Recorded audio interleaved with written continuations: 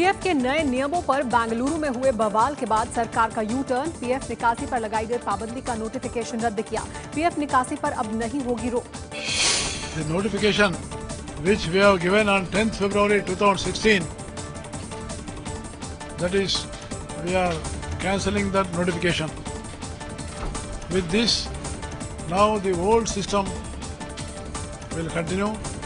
That is, the contribution of the employer 12% can avail by employee at any time.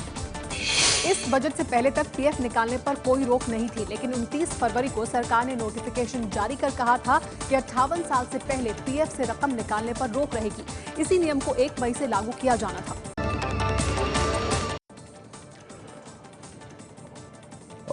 हम आपको बता दें, PF निकालने का सख्त नियम बेंगलुरु में बवाल तो मचा है, मगर पीएफ निकासी पर रोक का नोटिफिकेशन जो है वो रद्द हो गया है। पीएफ की निकासी पर अब नहीं रहेगी रोक।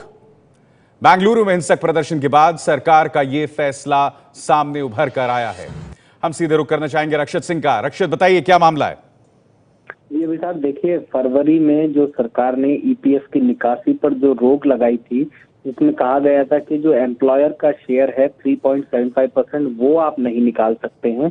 तो वो जो नोटिफिकेशन था उसके लिए तारीख दी गई थी 1 मई की। 1 मई से ये नोटिफिकेशन लागू होगा। अब लेकिन जिस तरीके से हिंसक प्रदर्शन हुआ, उसके अलावा अन्य जितने भी यूनियंस हैं उनकी तरफ से रिप्रेजेंटेशन दिए गए, तो उसके बाद में सरकार ने ये फैसला लिया है और आज इसका आधिकारिक तौर पर ऐलान कर दिया है कि ये जो नोटिफिकेशन था 1 मई से जो लागू होना था, अब वो नोटिफिकेशन लागू नहीं होगा। यानी कि जो पहले वाली व्यवस्था थी कि जब आपको आपातकाल की स्थिति में या किसी और स्थिति में परिस्थिति में जरूरत होगी तो आप अपनी कमाई जो ईपीएफ की है, जो ईपीएफ की रकम है वो निकाल सकते हैं, तो वही व्यवस्था जारी रहेगी। शुक्रिया रक्षित सिंह।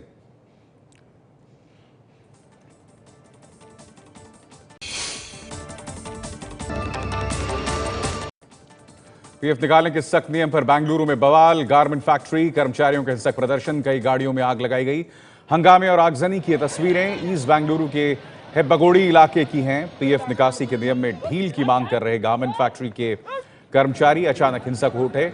उग्र प्रदर्शनकारियों ने हेब्बागोड़ी थाने पर जमकर पथराव किया और वहां गाड़ियों को आग भी लगा दी गई। पुलिस ने लाठीचार्ज और आंसू गैस के गोले भी छोड़े हालात पर काबू पाने के लिए। गारमेंट फैक्ट्री के कर्मचारी 58 साल से पहले पीएफ निकासी पर रोक के नियम का विरोध कर रहे थे। इसका ऐलान इसी साल फरवरी में हुआ था और 1 मई से इसे लागू होना था।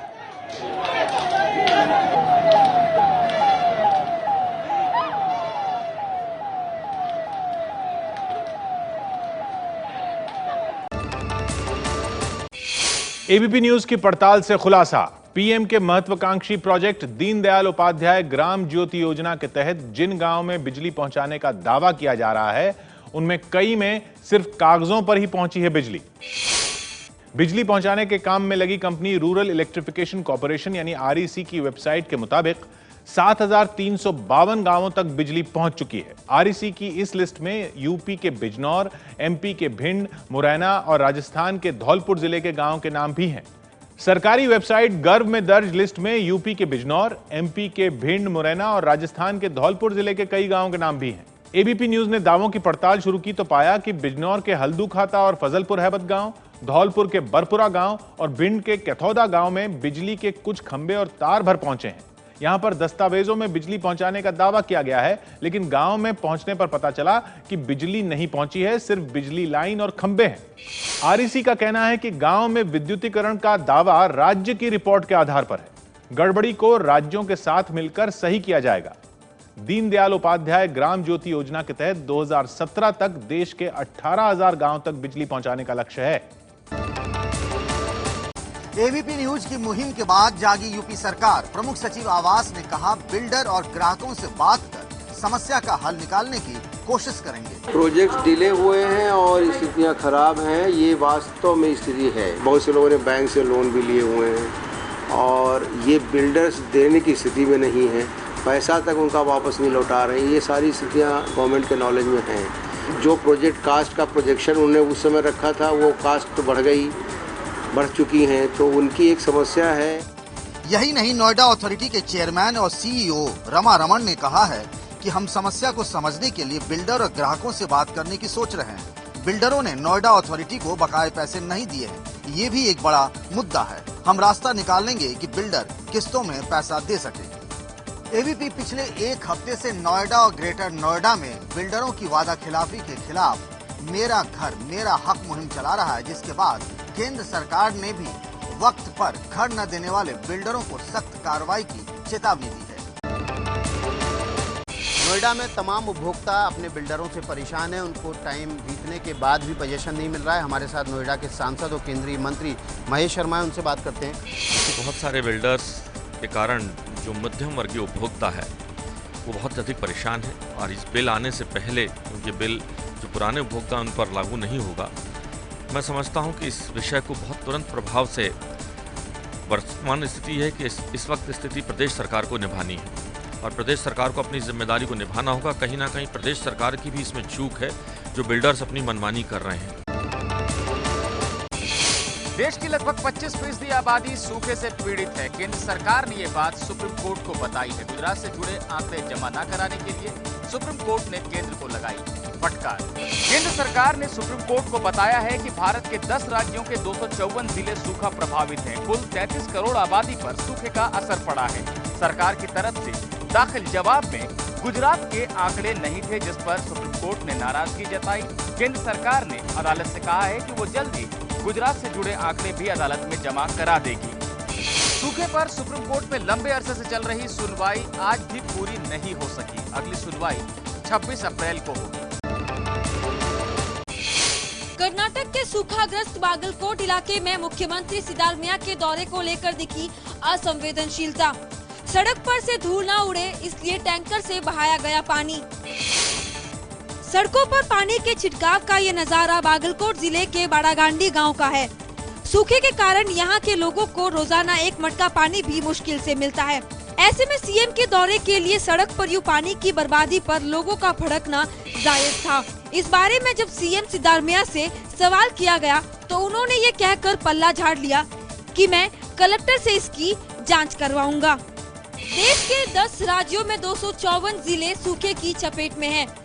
ऐसे में पानी की बर्बादी के ऐसे किस्से साबित करते हैं कि नेता अफसर सूखे को लेकर कितने असंवेदनशील हैं। खाद्य और उपभोक्ता मामलों के केंद्रीय मंत्री रामविलास पासवान का चौंकाने वाला बयान। बोले, दिल्ली का पानी पीने लायक नहीं है। रामविलास पासवान ने ये बात दिल्ली में हुई राष्ट्रीय उपभोक्ता संरक्षण परिषद की बैठक के बाद कही। और दिल्ली का जो पानी है वो पानी पीने लायक नहीं है। हम लोग नहीं पीते, जो लोग नहीं पीते हैं सब लोग बोतल में पीते हैं, लेकिन जो लोग, हम लोग 77 में आए थे, उस समय में हम लोग देखते थे तो पानी, हम लोग वही पानी पीते थे। लेकिन आज क्या कौन, कभी कभी आपको पीला पानी निकलने लगेगा, कभी लाल पानी निकलने लगेगा, कभी कुछ है। तो इसलिए जो है, एक तो पीने की पानी की शुद्धता जो है उसका क्या कहते हैं, जो स्टैंडर्ड है उसका फॉलो होना चाहिए। रामविलास पासवान ने यह भी बताया है कि उनके मंत्रालय ने पानी की शुद्धता तय करने के लिए food safety and standard authority of India को पीने के पानी का मानक तैयार करने को कहा है। इशरत जहां को पहले आतंकी बताने और फिर हलफनामा बदलकर निर्दोष बताने को लेकर सवालों के घेरे में पूर्व गृह मंत्री पी चिदम्बरम। बीजेपी ने कहा, चक्रव्यूह में फंस गए हैं चिदम्बरम।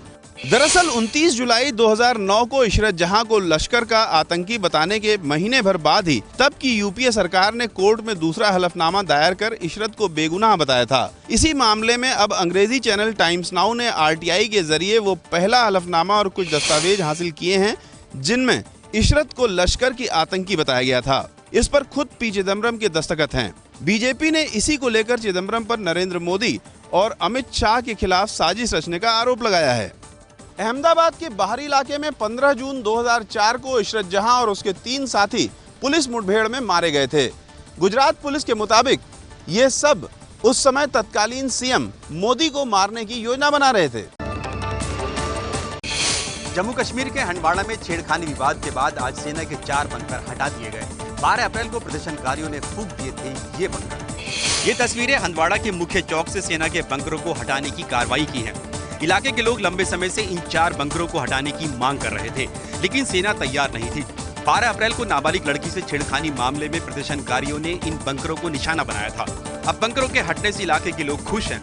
हालांकि सेना ने साफ कर दिया है कि बंकरों को स्थायी तौर पर हटाने का फैसला अभी नहीं हुआ। पीड़ित लड़की ने मजिस्ट्रेट के सामने बयान दिया है कि उसके साथ छेड़खानी सेना के जवान ने नहीं बल्कि 2 स्थानीय लड़कों ने की थी।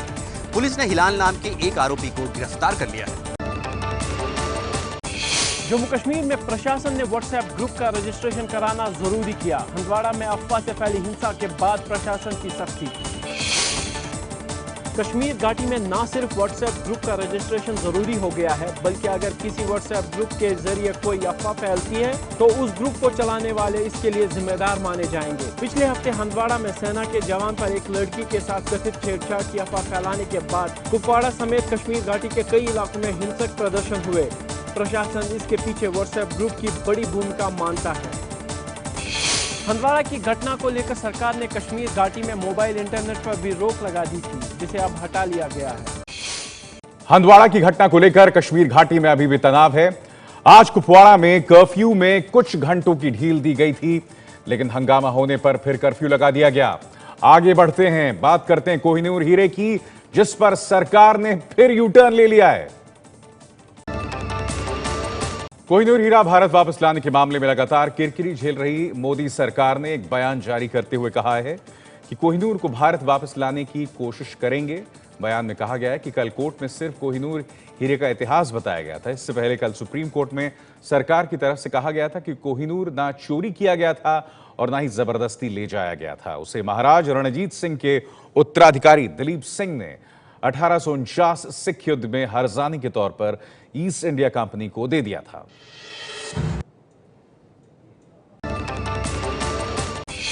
पठानकोट हमले की जांच के लिए पाकिस्तान जाने के लिए एनआईए की टीम तैयार, पाकिस्तान के लिखित मंजूरी का इंतजार।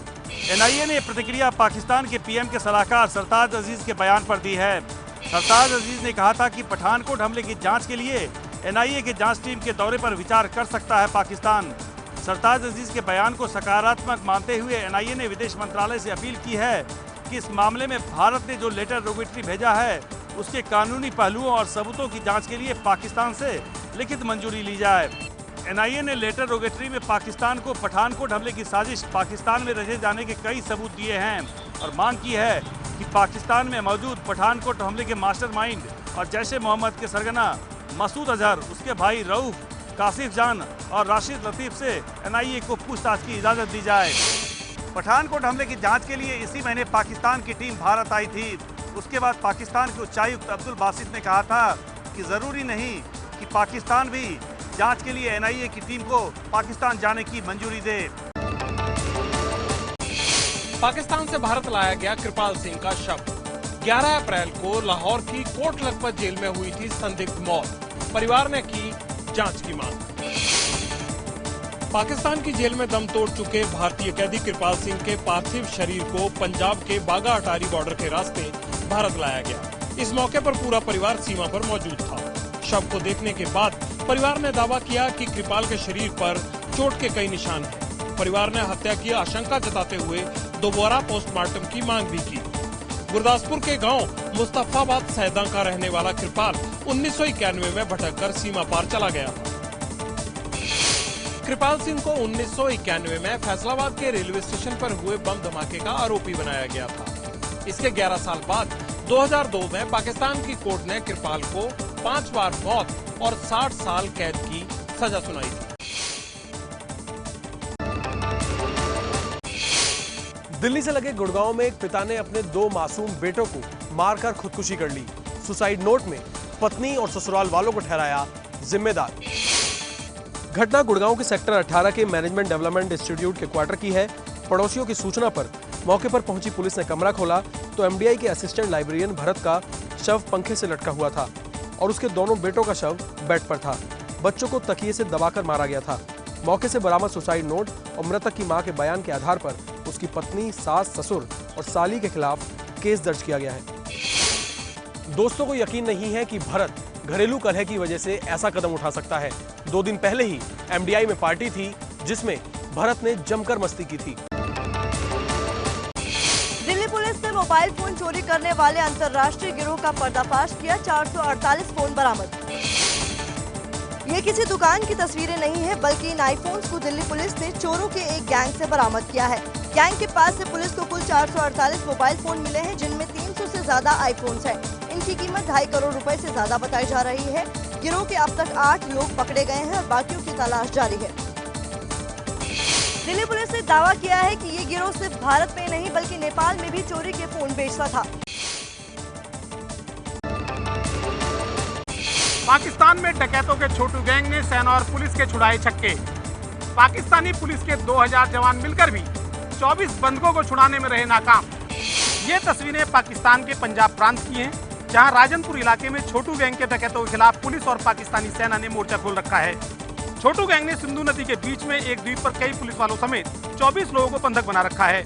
पाकिस्तानी पुलिस के 2000 जवान 22 दिनों से बंधकों को छुड़ाने की कोशिश कर रहे थे, लेकिन नाकाम रहे। यही नहीं, मुठभेड़ में 6 पुलिस वालों को अपनी जान भी गंवानी पड़ी। पुलिस के फेल होने के बाद अब पाकिस्तानी सेना ने छोटू गैंग के खिलाफ निर्णायक लड़ाई छेड़ दी है, जिसमें लड़ाकू हेलीकॉप्टरों और भारी हथियारों का इस्तेमाल किया जा रहा है। अफगानिस्तान की राजधानी काबुल में अमेरिकी दूतावास के पास रक्षा मंत्रालय की बिल्डिंग पर फिदायीन हमला, तालिबान ने ली हमले की जिम्मेदारी। तस्वीरें काबुल के पुली मोहम्मद खान चौक की हैं और आसमान में उठा धुएं का गुबार फिदायीन हमले का गवाह। आतंकियों ने विस्फोटक से भरी कार को यहां उड़ा दिया, जबकि दूसरा आतंकी ध्यान बटाने के लिए सुरक्षा बलों पर गोलीबारी कर रहा था।